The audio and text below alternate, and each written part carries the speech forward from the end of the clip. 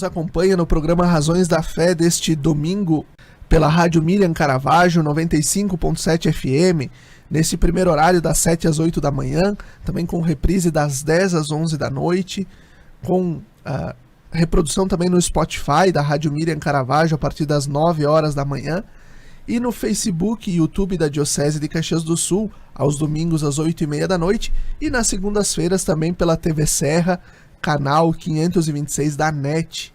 Nós convidamos você a se inscrever no canal do YouTube da Diocese de Caxias do Sul, né, e ativar o sininho para receber as notificações dos nossos programas, do Razões da Fé, das mensagens do nosso bispo, os cortes que também a gente faz para a formação, bem como os outros materiais que a gente disponibiliza. Hoje o nosso tema é a questão da liturgia, né, a partir da carta apostólica do Papa Francisco, Desiderio Desideravi, lançada no ano de 2022. E o tema, litúrgico ou não litúrgico? A beleza da oração do povo de Deus. Nossos convidados, o padre Marciano Guerra, que atualmente é reitor do Seminário Maior São José em Caxias do Sul, estudante da liturgia do Vaticano II e que está se preparando para um mestrado em liturgia a partir da metade do ano. Bem-vindo, padre Marciano, obrigado por ter aceito o convite. Olá, Felipe, Leandro e nossos amigos que acompanham nosso Razões da Fé, que está ganhando cada vez mais público, força nessa retomada do Razões da Fé. É uma alegria estar aqui para falar sobre esse amor que todos nós temos pela liturgia. E o nosso segundo convidado, Leandro Ávila, que é jornalista, radialista, cantor e compositor, assessor de comunicação aqui do Santuário de Nossa Senhora de Caravaggio, em Farroupilha, e também coordenador de liturgia do Santuário. Ávila, obrigado pela tua presença. Obrigado pelo convite, viu, Padilha? Um abraço a todos, um abraço para o Padre Marciano. Vamos conversar disso que faz parte da vida do cristão, né? De forma plena e completa, né? Exatamente. Hoje nós vamos começar este processo de formação litúrgica também a partir dos documentos da Igreja, sobretudo do pontificado de Francisco, do Papa Francisco, mas também olhando a Constituição do Concílio Vaticano II, Sacrosanctum Concilium, né? E como base desses nossos programas, dessa série que nós iniciamos hoje, nós temos então a carta apostólica Desiderio Desideravi, em latim, né?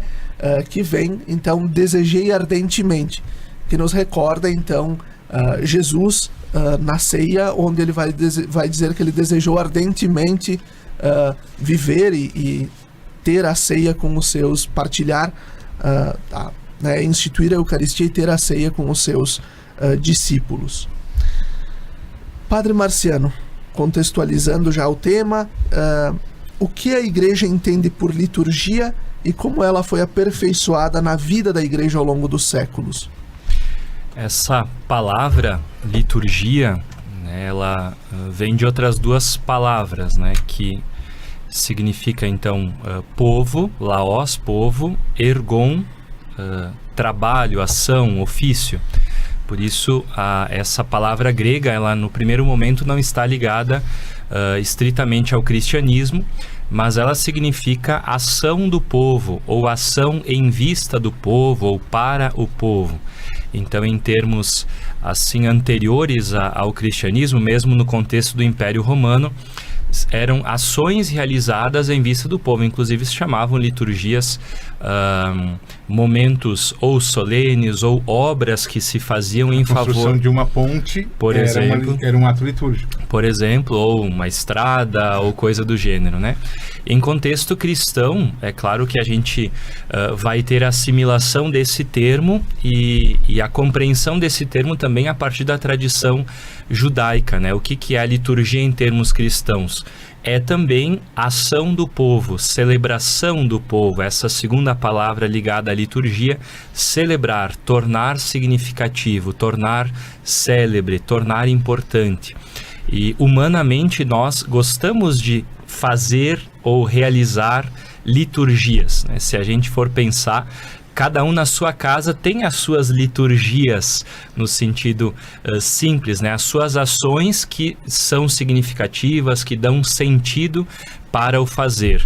Então, em termos cristãos, nós chamamos liturgia a ação do povo que celebra a sua história, que é sempre a história de Deus envolvida na história humana. Então, nós celebramos, nós tornamos célebre a vida de Jesus, a história de Jesus, na história e na vida da comunidade de fé. Então, a própria vida de Jesus foi uma liturgia, foi uma ação para o bem do povo. Sempre em duas dimensões, também na vida de Jesus é assim, palavras e obras, como também na liturgia permanece. Ritos, são as obras, o corpo, o olhar, o toque, os gestos, né? E as palavras, que são as orações, que é o canto, que é aquilo que nós vamos realizando. Então, quando nós falamos de liturgia nesse sentido, nós também destacamos que essa liturgia ela vai ganhando ao longo da história diferentes expressões. Claro que no primeiro momento a base está na última ceia, né? Por isso o Evangelho de Lucas 22:15, como é citado pelo Papa, né? Desejei ardentemente comer esta ceia pascal. A última ceia de Jesus, que foi expressão de toda a sua vida, ela quis ser um momento de encontro, de oração, de celebração, de amizade, em que Jesus, ele então, através daquele rito da última ceia, partindo as ervas amargas, comendo o cordeiro pascal, e num certo momento, como nós sabemos, Jesus então, segundo o Evangelho de João, se levanta e lava os pés dos discípulos. Isto é um rito, né? Ele se levanta e faz esse gesto, não simplesmente porque os pés estão sujos, mas porque esse lavar tem um significado profundo, que ajuda eles a entender qual era a missão de Jesus e qual era a missão que os apóstolos e toda a comunidade de fé chamada a realizar. Depois ele pega um pouco de pão, um pouco de vinho e diz: isto é meu corpo, isto é o meu sangue. E por fim ele diz: fazei isto em memória de mim. Então esse é o mandato, né? A liturgia cristã é fazer memória da vida de Jesus, né? Memória da vida de Jesus, que é sempre a Páscoa de Jesus, que tem na Páscoa o seu momento culminante, mas toda a vida de Jesus é Páscoa, toda a vida de Jesus é a revelação do amor de Deus, é a entrega do Filho de Deus pela salvação e pela vida plena da humanidade. Então, desse fazer isso em memória de mim, ao longo de toda a história nós vamos ter esse fazer memória por meio de ritos, de símbolos. Por exemplo, né, se a gente for pegar como nós construímos uma igreja hoje, né, existiram e existem diferentes modos de organizar. Por exemplo, até o século VIII não existia bancos dentro da igreja, né? Então a gente fala de um desenvolvimento na arquitetura. O canto litúrgico, né? Nós recebemos a tradição do Antigo Testamento, de Israel, o canto dos salmos. Mas isso vai sendo desenvolvido, canções, textos, etc. Depois o próprio rito, né?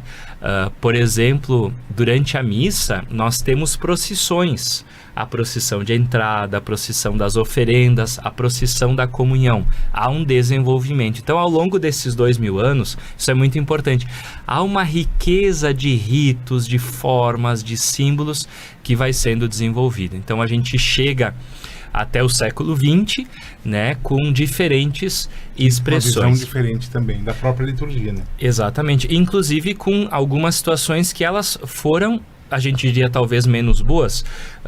Até um certo momento, né, no início do século XX, se começa a ter consciência que, para muitos, a liturgia ela se tornou assistir à missa, né? Sim. E isso é um limite, né? Mas há uma riqueza nesse desenvolvimento. E a partir disso eu já vou emendando a pergunta para o Ávila. O que a igreja quis com a Constituição Sacrosanctum Concilium do Vaticano II?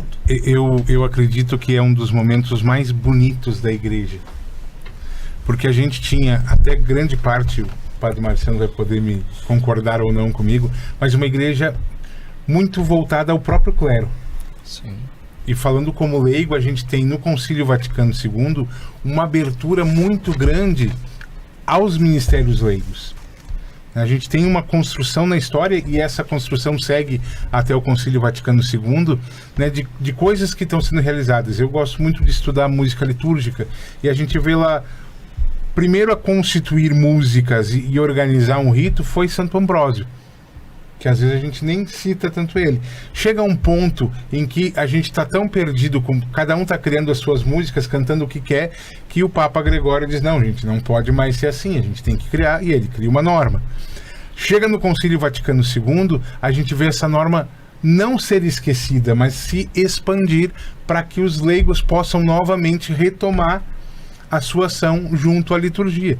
Então eu vejo no Concílio Vaticano II um olhar, como disse o próprio Papa, né, um abrir a janela da igreja para que o Espírito Santo possa novamente, não que ele deixou alguma vez de iluminar, mas trazer um sopro novo, né, que é o próprio Cristo, que também é sempre novo, que nos faz olhar para o Concílio Vaticano II e dizer, olha, vocês todos venham celebrar. Aí se abre a língua vernácula, né? Mas é importante a gente sempre olhar para a liturgia com o olhar de que quando uma coisa nova vem, a gente não renega o nosso passado. Perfeito.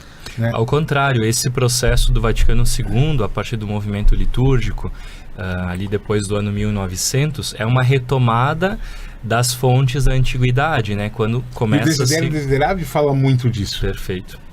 Então a gente vê assim, um dos erros, falando mais na minha área que é música, a gente tem lá a partir do Concílio Vaticano II, então agora a gente canta na nossa língua, a gente vai cantar o que a gente quer e vamos simplificar as coisas para o povo cantar melhor. E se comete grandes erros. Aí nessa história aí, lembro de quando eu aprendi, como o Glória, que é um hino antigo, imutável, porque ele tem, às vezes a gente peca na liturgia por não conhecer a riqueza que a gente tem. O hino, por exemplo, o hino do Glória, ele é muito rico, ele traz muitos aspectos, ele é penitencial, ele dá glória, ele reivindica a Trindade, ele chama a participação do povo. E aí a gente simplesmente cortou isso e popularmente disse, não, vamos cantar o Pai, o Filho e o Espírito Santo, está valendo. Então, hoje o Desidério Desejável eu vejo que vem. Vamos ao Concílio Vaticano II e vamos ver o que é nossa raiz. Entende? Então eu acho que a questão do Concílio Vaticano II foi talvez uma das... Acredito eu que, respeitando cada concílio, foi o maior concílio em termos de buscar a própria igreja ser igreja.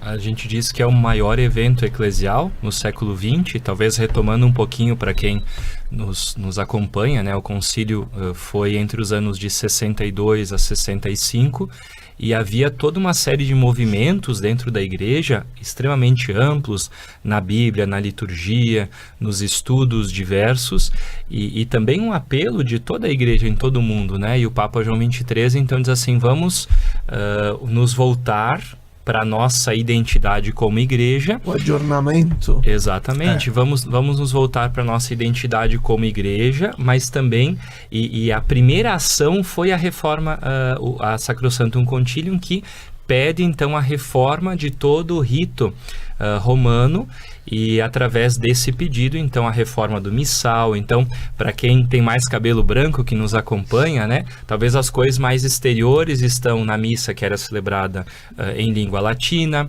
De costas, o padre de costas. Então, versum Dei, né, então todo o povo voltado para Deus e o padre diante de Deus, mas de algum modo a experiência de ser um espectador. Por isso tinha as devoções, né, a minha mãe conta que rezavam o terço ou tinham algumas orações enquanto, e isso era na prática, né? Enquanto o padre celebrava, né? O sacrifício. Então, de algum modo, as pessoas assistiam, tanto que a gente conserva, é interessante, né? Como os termos, eles, a gente peca neles, né?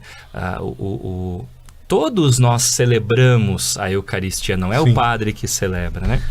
E no rito antigo a gente tinha uma intuição assim, né? Como começava o missal, né?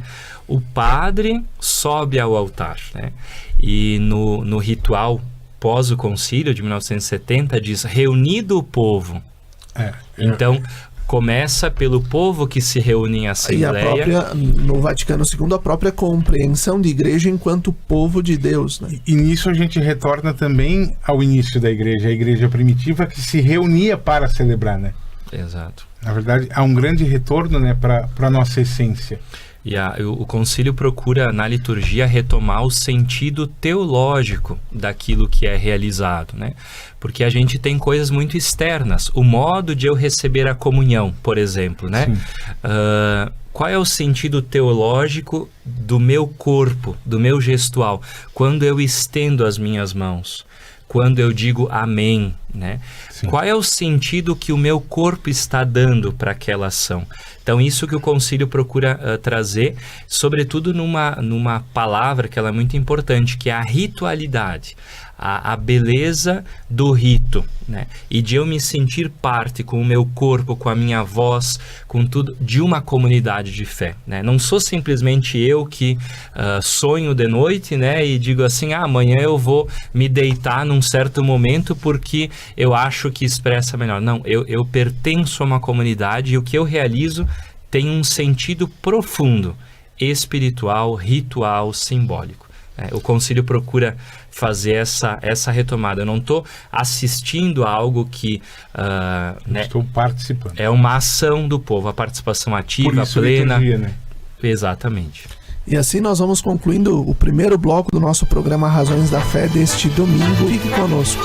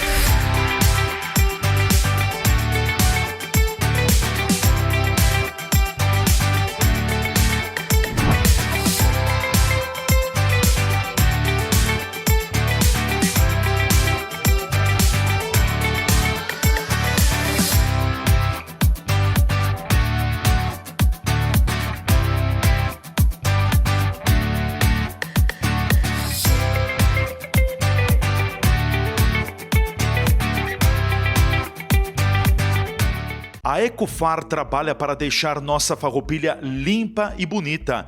Caminhões e funcionários estão diariamente nas ruas fazendo limpeza e coletando resíduos. Confira o roteiro de coleta dos resíduos orgânicos às segundas, quartas e sextas-feiras.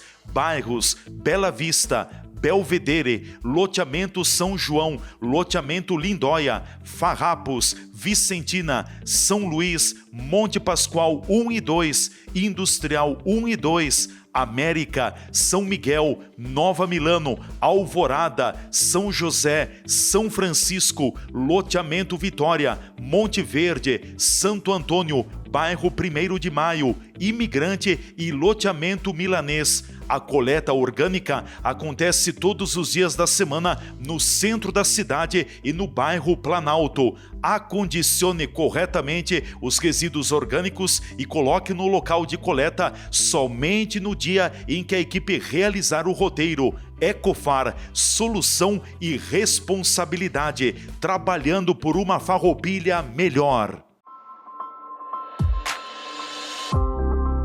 Conheça o Círculo Operário de Farroupilha. Estamos presentes na vida dos farroupilhenses desde 1945, com uma associação beneficente de caráter assistencial, sociocultural e sem fins econômicos. Nosso foco está na área da saúde e bem-estar. Para você, o Círculo reserva um plano de benefícios incríveis.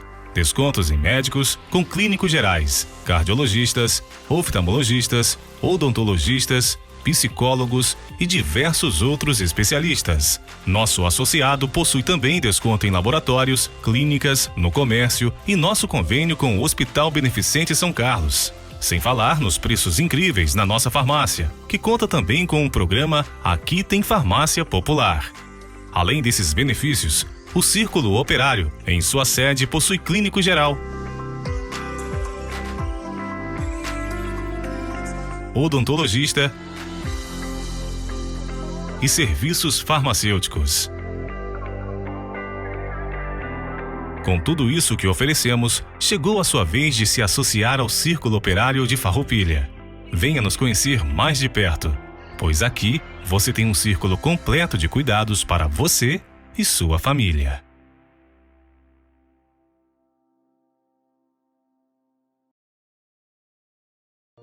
Lembrai-vos, ó Puríssima Virgem Maria, que jamais se tem ouvido que deixasseis de socorrer e consolar a quem vos invocou, implorando a vossa proteção e assistência.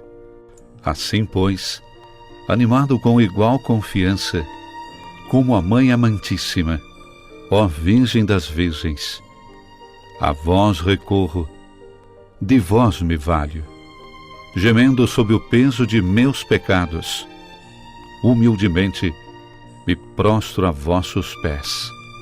Não rejeiteis as minhas súplicas, ó Virgem de Caravaggio, mas dignai-vos de as ouvir propícia e de me alcançar a graça que vos peço.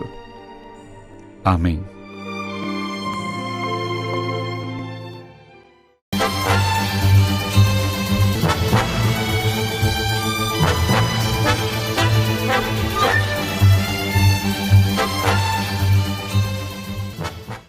Estamos de volta com o segundo bloco do nosso programa Razões da Fé deste domingo, aqui pela Rádio Miriam Caravaggio 95.7, também pelas redes sociais. Nosso tema hoje, litúrgico ou não litúrgico? A beleza da oração do povo de Deus. Nossos convidados, o Padre Marciano Guerra e o Leandro Ávila, aqui do Santuário de Caravaggio. Padre Marciano, por que o Papa Francisco quis publicar a Carta Apostólica Desiderio Desideravi e o que ela significa? Então, o Papa Francisco, talvez nós peguemos ou tenhamos muitas vezes chavões sobre o Papa, né? O Papa é isso, o Papa é aquilo. Isso é sempre um risco, né? Nós, como católicos, estamos, né, tem uma expressão em latim, com Pedro e sob Pedro, né? Ou seja, com Pedro, com o Papa, e também a partir daquilo que é o governo, a orientação que o Papa nos dá. E um dos aspectos que aparece muito no papado de Francisco é a liturgia. É a liturgia. Pode parecer que não. Às vezes nós pegamos frases aqui e ali, na internet, isso e aquilo, mas o âmbito da liturgia é de muito impacto para o Papa Francisco. O Papa, ele é muito pastoral, né? Perfeito, perfeito. Ele sabe o quanto esse aspecto é importante. Então, o que está em jogo nessa carta? Que ela está ligada a uma série de outras intervenções no Papa, que o Papa realiza na liturgia, seja o seu próprio modo de celebrar, os seus paramentos, a sua linguagem, o seu modo de fazer a homilia. Tudo isso já é uma comunicação. E várias outras intervenções, elas têm como que a cereja do bolo, nesse momento do papado, esse texto. Por que ele lança esse texto? Nós falávamos no bloco anterior sobre o Concílio Vaticano II.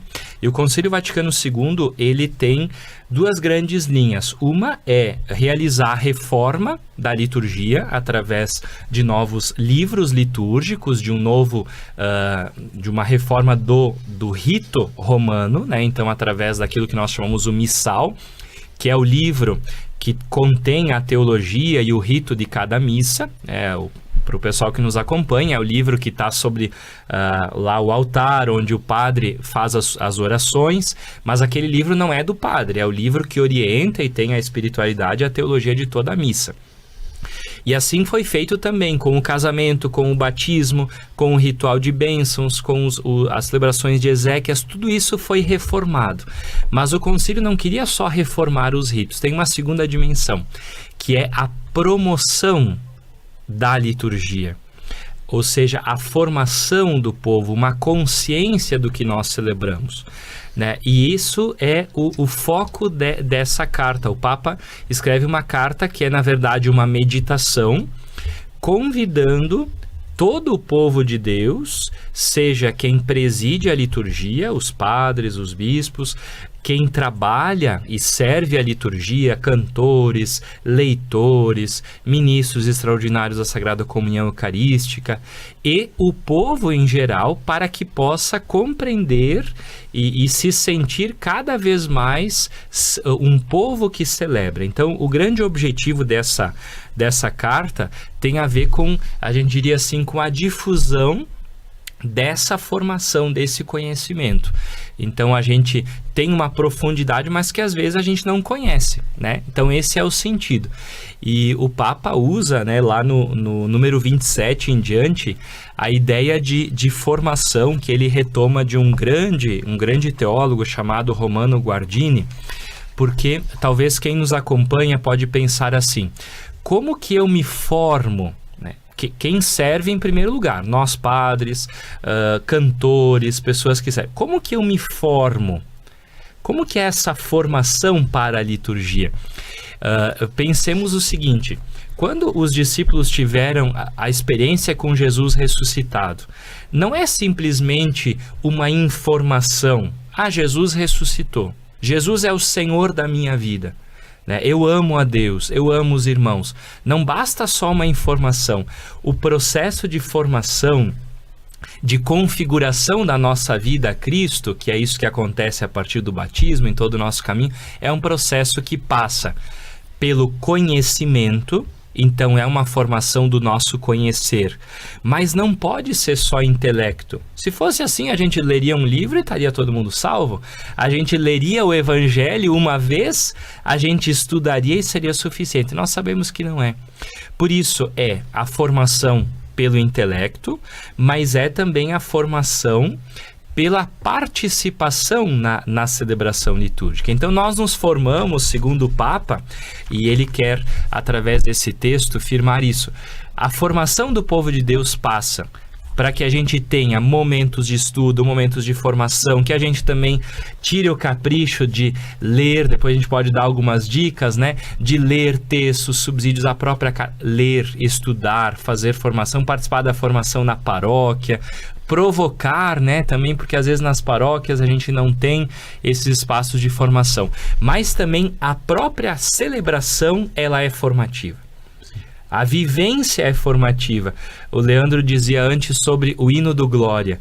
Aquele canto e aquele hino entoado pela Assembleia, ele me forma, porque eu digo ali quem é Deus, quem eu sou diante de Deus, como que eu pertenço a esse povo santo de Deus, né? Então, a Desiderio Desideravi tem toda uma riqueza, mas está sobretudo nesse âmbito, né? Na promoção da vida litúrgica, na manifestação e na redescoberta do sentido espiritual e teológico que cada celebração litúrgica tem, cada rito tem. Então, esse é o sentido da Desiderio Desideravi que o Papa traz, assim, depois de outras intervenções dele, como a cereja do bolo, digamos assim, das suas intervenções no âmbito da liturgia. Perfeito, Padre Marciano. Acho que esse esclarecimento ele é muito importante para que a gente também, enquanto liderança e mesmo como povo que participa das celebrações e celebra junto, e como que somos impactados pela internet, pelas notícias, a gente não pense que o Papa Francisco está impondo algo que é uma coisa para punir algo, alguém. Não, mas que é um processo de amadurecimento. Acho que tudo é processo na vida da igreja. E já vou para a pergunta para o Ávila. Né? Na Desiderio Desideravi, o Papa escreve que a liturgia é o lugar do encontro com Cristo. Diante disso, qual a importância de nós celebrarmos bem, né? Celebrarmos com dignidade, sem fanatismos nem fundamentalismos ou uma mera inovação sem qualquer sentido? É interessante, eu quero complementar o Padre Marciano, porque para mim o Papa Francisco é o Papa da coerência. Não que a gente tenha papas incoerentes, mas ele é muito coerente. A gente pode e ouve muitas coisas faladas sobre o Papa de pessoas que não o conhecem, porque se tu parar para ler os textos dele, para ler as atitudes, né, como retomada de coisas tão importantes que ele fez durante esse tempo de pontificado, a gente pensa, não, mas ele é um papa pastoral, meio populista, e isso não é verdade. Ele é muito profundo e deu orientações. Tanto é que a gente vê muitas vezes o próprio Papa Bento XVI salientar a pastoralidade e a visão, e também os documentos do Papa Francisco, né? Então a gente tem na Desidério Desiderável, para mim, esse explodir de uma consciência, de um chamado à formação. Então aqui na nossa forania, na nossa área de Farroupilha, a gente teve, sei que o senhor era para estar conosco lá, né, de um curso de formação, que ao ler a carta, o padre Ricardo Fontana, nosso reitor aqui, já... Primeira coisa que surgiu, e é interessante isso, porque isso é o verdadeiro significado da Desidério, que é chamar a formação. Ele decidiu, vamos fazer, mas não só para A, para B, não, para todos os ministérios. Então a gente teve nos encontros todos os padres da forania representados, todos os encontros, né? Padre, não vou citar os nomes, senão vou esquecer de algum, mas citando aí o padre Johnny Facnelli, que é o coordenador da região de Farroupilha. Todos os padres aqui do santuário, Dom Alessandro, todo mundo participou. A gente tem lá os ministros da Eucaristia, os novos, mas todos os ministros da Eucaristia, grande parte. A gente começou o curso com 120 vagas e terminamos com 200 participantes. Foi um curso que, para mim, foi o primeiro que eu vi isso. Houve um crescimento porque as pessoas foram se interessando pelos assuntos e pedindo para vir, e ficou aberto, e o pessoal foi vindo. Então a gente teve uma formação que os padres estiveram, e isso é muito importante. Todo mundo trabalhar na mesma linguagem, aprofundar juntos, porque nós também estamos aprendendo, né? E também são professores que estão ao lado também, que vai lembrar alguma coisa. Sim. Então é muito interessante a participação. Nós tivemos os ministros da Eucaristia, os leitores e os músicos. E durante grande parte dos encontros, a gente entendeu a igreja, a gente entendeu o concílio, a gente entendeu a missa, para depois as especificações de cada um. A gente foi ter música litúrgica, que foi para todos, que foi eu que participei junto, não como um mero professor, mas junto, aprendendo junto, e tive que estudar bastante, isso foi muito bom. Mas a gente teve depois para os leitores, e depois especificamente a gente trabalhou música litúrgica. Então, para mim, isso é a forma mais coerente, né, reutilizando a palavra, de se trabalhar a Desidério Desiderável. Porque aí o que acontece? A gente tem um entender dos ritos, um entender dos mistérios, o entender o que se celebra. Porque eu sempre fui defensor de que o nosso povo é o povo mais dedicado que tem. O povo que vem cantar na missa, o povo que vem trabalhar de missa, nosso povo é especial demais. É um povo que se doa, é um povo que ama a Deus, e que, se peca em alguma coisa litúrgica, é por não conhecer, não por ter má vontade. Sim. Então, se nós oferecemos a formação, a gente vai evitar, né, tanto esses excessos, né, porque uma das coisas mais bonitas que eu gosto de aprender, para mim, é o curso do Celebre com Francisco, que é assistir às missas que ele celebra. É uma missa significativa, simples, não falta nada, não sobra nada, e pode ser rezado da mesma forma em qualquer comunidade.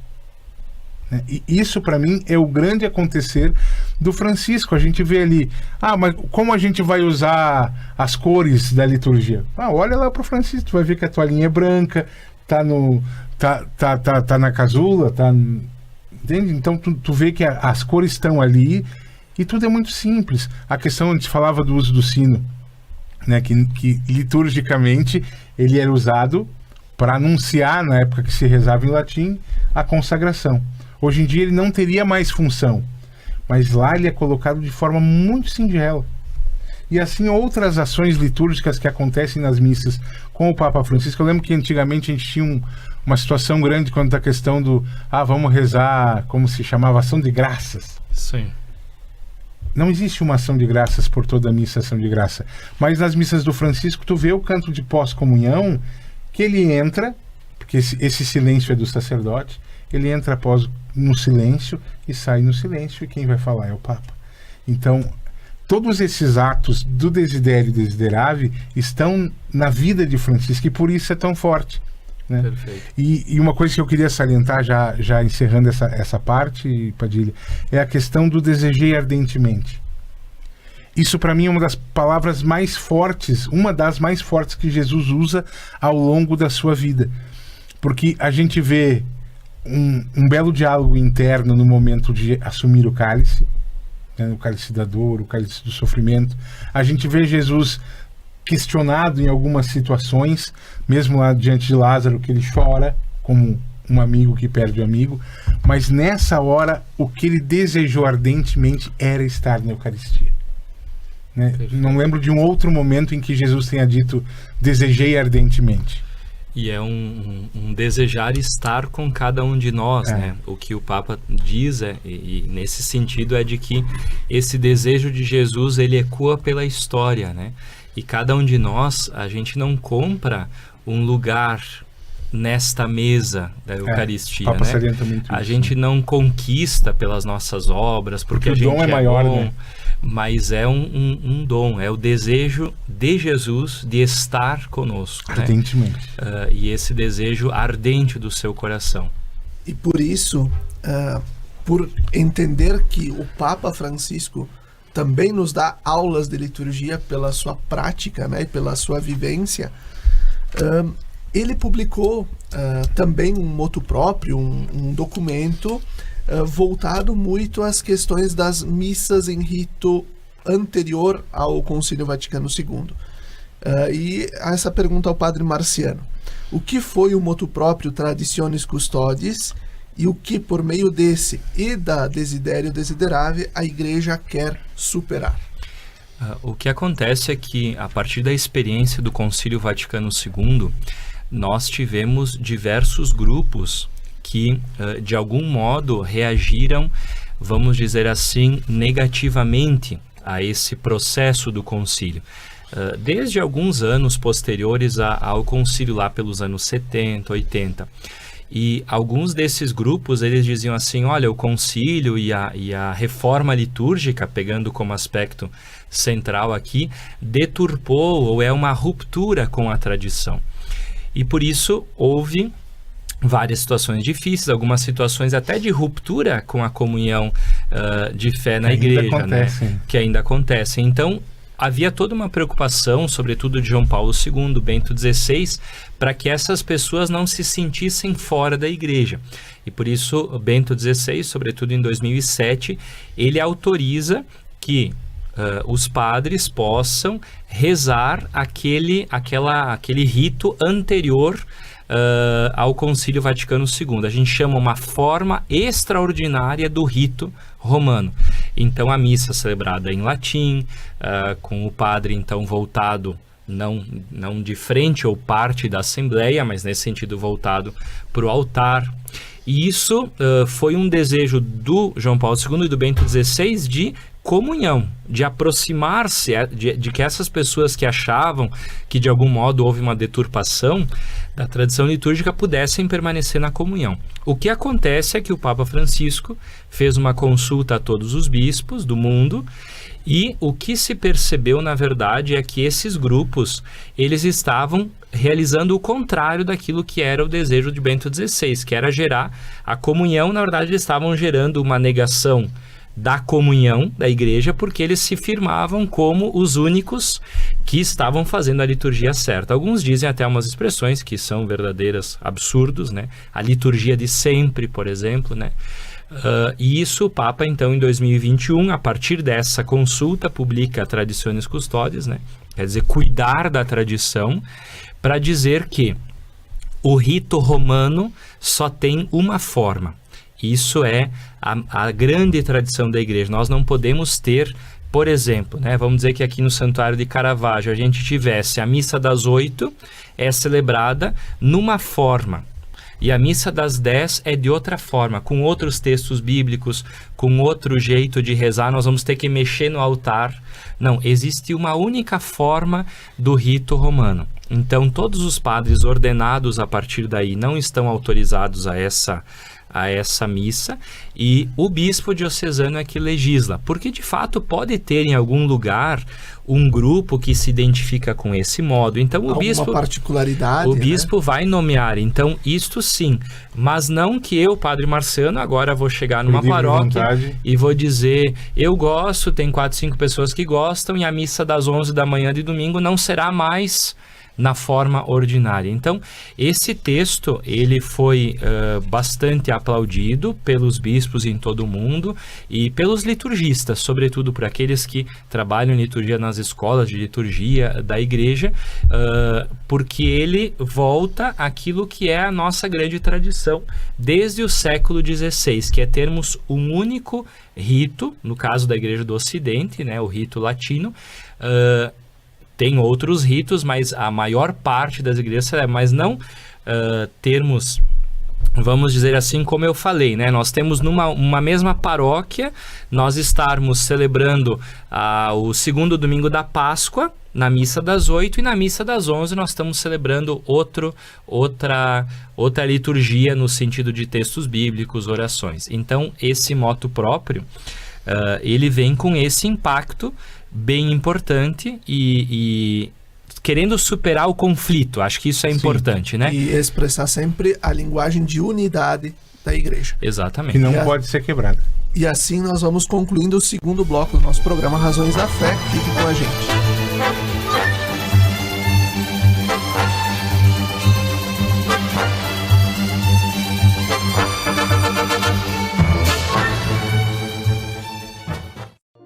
Lembrai-vos, ó Puríssima Virgem Maria, que jamais se tem ouvido que deixasseis de socorrer e consolar a quem vos invocou, implorando a vossa proteção e assistência.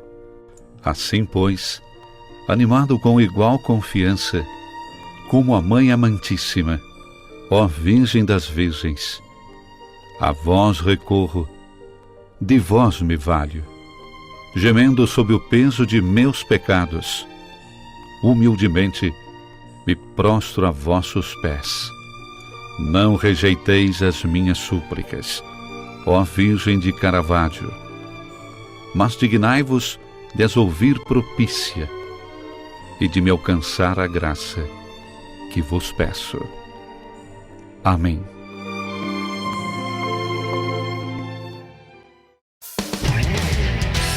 Estas imagens que você está vendo aí são das 4 unidades do Grupo Bigfer no país. Nossas fábricas têm mais de 100 mil metros quadrados de área construída e estão instaladas em Farroupilha, no Rio Grande do Sul, em Curitiba, no Paraná, e em Votuporanga, em São Paulo. Somos o maior fabricante de acessórios para móveis da América Latina. Produzimos mais de 10 mil itens que atendem aos mercados moveleiro, metal mecânico, linha branca, metais sanitários e supermercadista no Brasil e no exterior.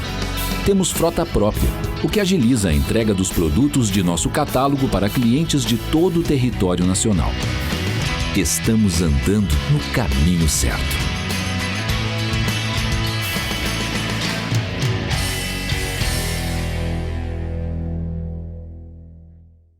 A Milon Móveis e Esquadrias tem as soluções para a sua obra, construção ou reforma. Móveis planejados para sua casa ou ambiente de trabalho, a Milon faz. Aberturas de madeira e alumínio, a Milon também faz. Uma equipe de profissionais preparada para apresentar o melhor projeto e a melhor solução para a sua necessidade. Tradição, qualidade e experiência é com a Milon, há mais de 43 anos, marcando presença na sua vida. Em Nova Milano, Rua Ismael Piazza, 450, fones 54 3268 0550 e 984 34 81 17.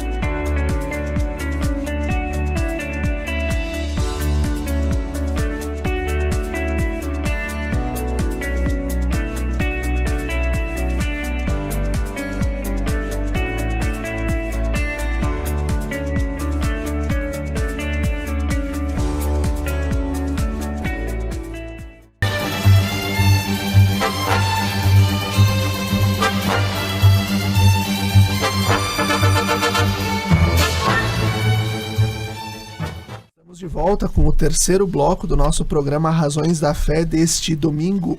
Estamos de volta com o terceiro bloco do nosso programa Razões da Fé deste domingo com a temática litúrgico ou não litúrgico, a beleza da oração do povo de Deus. Nossos convidados, o padre Marciano Guerra e o Leandro Ávila. Ávila, qual o caminho para uma liturgia mistagógica, isso é, que nos conduza ao mistério de Cristo no memorial da sua paixão, morte e ressurreição? Bom, acredito que é esse caminho de colocar Cristo no centro. A gente vê, o padre Marciano mesmo falava desse caminho, né, arquitetônico da liturgia. Hoje, a arquitetura de uma igreja nos chama não mais a colocar Jesus lá no fundo da igreja, mas no centro. E aí a gente pensa mesmo dentro dessa ideia do rito tridentino, do rito em latim, né, mesmo que eles se virem para o fundo da igreja, eles vão estar ainda no centro. E isso é muito interessante, porque Cristo é o centro. E o Papa Francisco, na carta Desideri Desideravi, ele salienta muitas vezes: nós não estamos fazendo e vivendo uma representação. Cristo disse: eu sou o pão, eu sou o vinho. Então, isso é bom de a gente diferenciar de que a gente vive uma igreja em Cristo, onde não é uma representação. A liturgia não é uma representação da Santa Ceia, ela é a Santa Ceia. Nós não vivemos uma Santa Ceia, nós vivemos o memorial da mesma ceia de Cristo, né, onde o altar do sacrifício e a cruz são o mesmo lugar, o mesmo madeiro. E ele mesmo ele se faz sacerdote, altar e cordeiro ao mesmo tempo. Então, pode falar, padre Marcelo. Não, exato, é de que a gente, quando eis o mistério da fé, nós celebramos a vida de Jesus. Então, cada missa e cada experiência litúrgica é uma extensão da vida de Jesus ao longo de toda a história, dos seus atos e das suas palavras. É a participação na vida de Jesus. É isso que significa que a gente deve celebrar não como a gente está numa reunião do condomínio, ou talvez mesmo de um movimento de igreja, né? Certo, né? A celebração, ela tem um caráter, né? Tem a nossa querida Adélia Prado, né? E ela dizia muito da liturgia também como uma poesia, né? Por isso a beleza, né? O modo de eu caminhar, né? Se eu estou indo trabalhar, eu tenho um modo de caminhar. Se eu estou correndo da chuva, é um modo de caminhar. Mas se eu estou entrando numa procissão de entrada, quer dizer, como que eu caminho, né? Quando eu ergo as mãos no Pai Nosso, né? Por exemplo, né? Quando toda a Assembleia, ela ergue as suas mãos, ela mostra, né, através desse gesto, o quanto ela se coloca diante de Deus, né? Como o seu corpo reconhecem a presença de Deus. O corpo ali, né? Reza. O corpo reza. Na liturgia, todo rito é corpo, né? Nós sentamos, nós levantamos, nós nos ajoelhamos. O sacerdote apresenta, é gesto. Nós olhamos, né? Todo o nosso corpo está aí. E essa questão do olhar também é muito importante. Porque às vezes a gente vê na hora da apresentação, muitas vezes pessoas que baixam o olhar. Não, a gente tem que olhar para Cristo, porque é Ele que é apresentado e Ele é o centro. E toda a liturgia da Santa Missa nos chama a isso. Se a gente vai ver lá o que nos é chamado a cantar na liturgia de entrada, tu vai ver no missal, ele diz: é preciso que se congregue toda a comunidade em torno do mistério que é celebrado. Então, quando a gente estamos juntos e somos comunidade, nós não estamos num ônibus, né? Porque às vezes parece que a gente entra num ônibus, senta todo mundo um atrás do outro, e o motivo da gente estar ali é o fim da missa. Termina a missa, a gente desce do ônibus e vai para casa. Fica escondidinho num banco lá atrás, né? Não, a gente está ali para estar em comunidade e celebrar em comunidade. E uma das coisas que eu sempre me vigio muito como ministro de música ou como ministro da Eucaristia, no ato de estar servindo, não importa como, é de não ficar só no serviço. Eu sou parte, eu tenho que viver. Eu tenho que viver o ato penitencial, eu tenho que viver o glória, eu tenho que viver o ofertório, eu tenho que rezar com cada momento, senão não teria sentido. E eu acho que a pergunta é respondida exatamente como viver a mistagogia, o mistério de Cristo na liturgia, vivendo aquilo que a gente é chamado a viver em cada momento. No caso do Ministério de Música, mas também tem a ver, poderíamos falar da presidência. Por exemplo, se eu preparei os cantos, se eu estou preparado, Sim. se eu conversei, se a gente fez um encontro, se a gente está seguro, eu sei que após o canto de comunhão, poderia ser, mas vamos pegar após o santo, nós vamos ter a prece eucarística, mas vai ter o canto de comunhão. Eu já escolhi.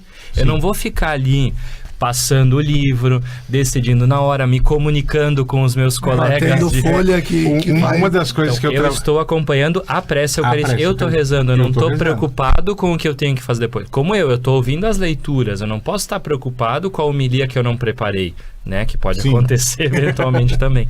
Mas eu também estou... eu estou rezando, vamos dizer assim, o mais importante, talvez é dizer assim, o mais importante é que a gente possa rezar, celebrar, né? E é isso que o povo, quando vem, também deseja de quem serve, né? Uma experiência de oração, né? Às vezes é entrar no ônibus e ficar no fundo, mas aí por isso o rito, o canto, as monições que são feitas, as pequenas falas que o padre faz, o modo de... precisam de algum modo envolver toda a Assembleia para a oração. A celebração precisa ser harmônica. Harmônica. Né? Ela não pode, por exemplo, leitores que possam ter lido o que vão proclamar, né? Que possam se preparar, que não devam ser escolhidos aí de última hora, né? É interessante, às vezes a gente pensa porque a gente... não, mas eu até falava nisso no curso, eu canto só na missa. Não, então tu canta pro Deus do universo.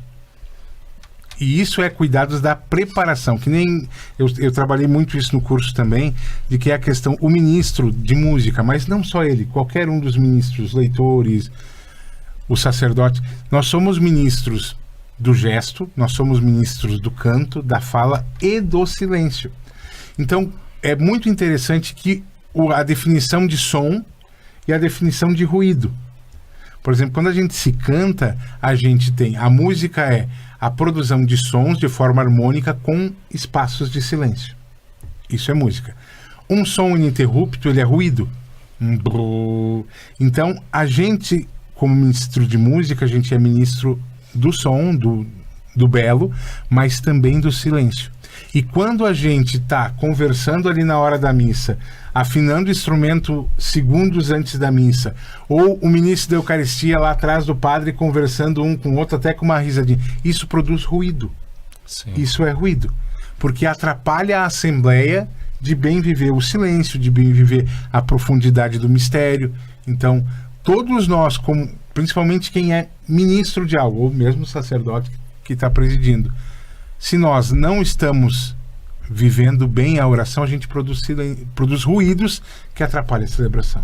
Perfeito. E aí a pergunta ao padre Marciano. Tratando-se de normas litúrgicas e canônicas sobre a celebração da Eucaristia, sobre como também, como se preparar, o que a liturgia prevê também, né, oficialmente, onde é possível buscar informação? O que é a chamada Instrução Geral do Missal Romano? E quais outros documentos podem nos ajudar a buscar esta informação sobre as celebrações e como nos prepararmos melhor para celebrar a Eucaristia? O convite talvez para quem nos acompanha, a gente sabe que tem os colegas padres que acompanham, pessoas que participam, catequistas, tanta gente que acompanha o nosso programa, este programa, né? As coisas não são... É muito importante cuidar para a gente, e até o Leandro dizia isso antes de a gente começar o nosso programa, né? Cuidar com o pode, não pode, o é ou não é. A gente precisa buscar um aprofundamento. As coisas têm sentido e têm regras, sim, e a gente precisa buscar. Então você citou, por exemplo, a Instrução Geral do Missal Romano. No livro litúrgico, né, no missal, nós temos, antes de começar ali as orações, do tempo do advento, do Natal, etc., né, nós temos uma instrução, que é um texto onde tem a teologia da missa e também algumas normas. A maioria das normas estão ali. Claro que não tem como estar ali toda a performance ritual, que a gente diz assim. Se eu, para batizar, erguer 10 centímetros para jogar água, ou se eu erguer 30 centímetros, não está dito ali, né? A distância que as mãos do padre devem estar do corpo quando ele diz oremos, né? Não está ali, mas ali tem o sentido de tudo aquilo que nós fazemos. Até que o nome é regras gerais, né? Exato, Então, um modo de fazer é o quê?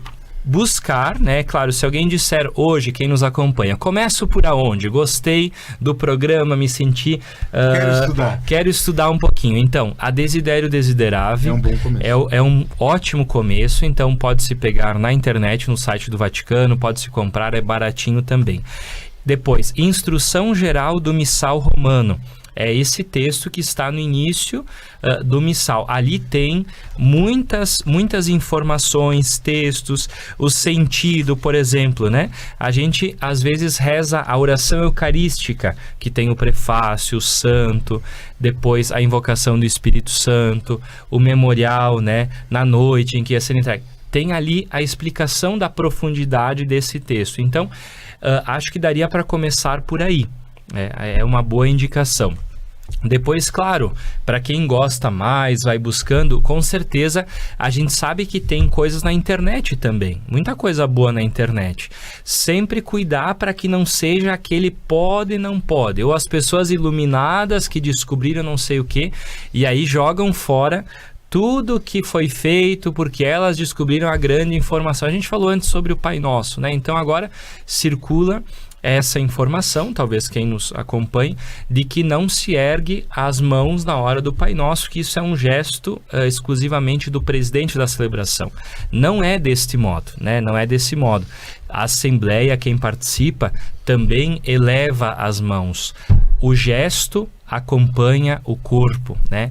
E o missal fala de que o povo tem que estar de forma piedosa. Exato, né? Então, mas não diz isso pode e isso não pode, né? Exato. Então agora sim, a gente cuidar para não seguir só pessoas iluminadas que elas descobrem elementos e querem. Agora tem coisas interessantes, por exemplo, que a gente tem descoberto e que está entrando cada vez mais dentro da nossa comunidade. Vou dar um exemplo bem concreto, que às vezes quando a gente dá curso de liturgia ou acessória, o pessoal sempre pergunta. Por exemplo, rezar a oração do Por Cristo, né? Por Cristo, com Cristo e em Cristo. Então a gente vai entendendo que existem orações que são presidenciais e que quem preside, o padre, ele reza em nome de toda a Assembleia. E é também um diálogo que a comunidade responde com o Amém. Neste caso, a comunidade que está rezando, a Assembleia, ela reza em silêncio. E reza através das palavras do sacerdote que está pronunciando a oração eucarística e responde o amém.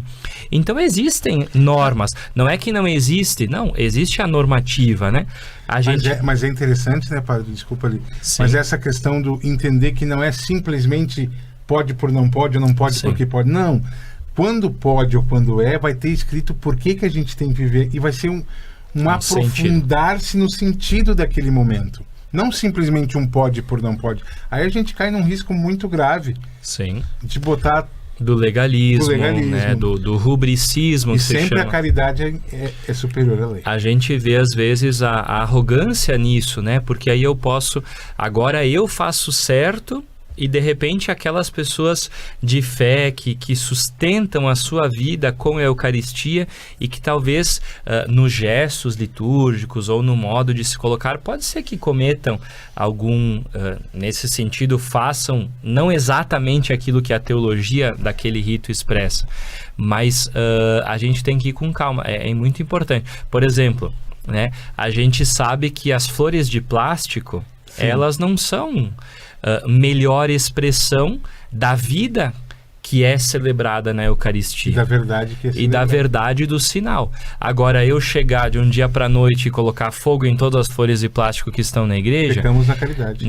Agora, eu também dar passos com a minha comunidade, né? Então, a instrução geral é um subsídio, a nossa Desidério Desiderave, procurar também estimular junto com as lideranças da paróquia, com o padre, né, a formação litúrgica. Com certeza isso é uma tarefa de todos nós. E certamente a igreja também está muito atenta, a igreja enquanto instituição, né, própria CNBB, está encaminhando, né, encaminhou a Santa Sé a revisão do novo missal no mês de dezembro, né, e a partir disso nós também, enquanto igreja no Brasil, teremos um novo manual, né, um novo missal para celebrarmos melhor, com textos revisados. O que a gente poderia falar disso, Padre Marciano? O missal, ele foi publicado nos anos 70, né, e ele vai sendo atualizado com sutilezas, né? Então nós estamos na 3ª edição do Missal Romano e as mudanças, elas não são tão grandes, mas neste ano agora, de 2023, nós teremos, chegando nas nossas paróquias, comunidades, uma nova tradução do Missal.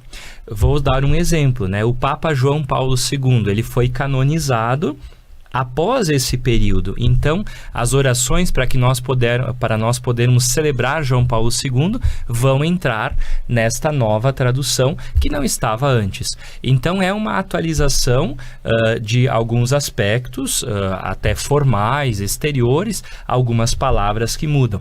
Então, isso significa que a liturgia ela é viva, né? E que ela vai se atualizando também na sua linguagem. Por isso, a recepção do novo missal também será uma oportunidade de formação litúrgica muito boa nas nossas comunidades e paróquias. Ótimo. Nós vamos concluindo este programa Razões da Fé, essa abertura, esse primeiro programa abordando a questão litúrgica também, a formação litúrgica do povo de Deus também, para celebrar bem.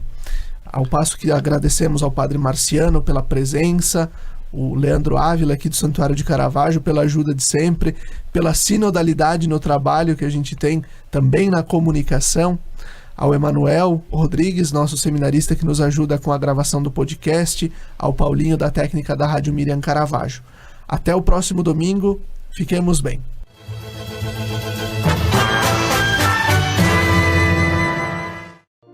Lembrai-vos, ó Puríssima Virgem Maria, que jamais se tem ouvido que deixasseis de socorrer e consolar a quem vos invocou, implorando a vossa proteção e assistência. Assim, pois, animado com igual confiança, como a Mãe Amantíssima, ó Virgem das Virgens, a vós recorro, de vós me valho, gemendo sob o peso de meus pecados, humildemente me prostro a vossos pés. Não rejeiteis as minhas súplicas, ó Virgem de Caravaggio, mas dignai-vos de as ouvir propícia e de me alcançar a graça que vos peço. Amém.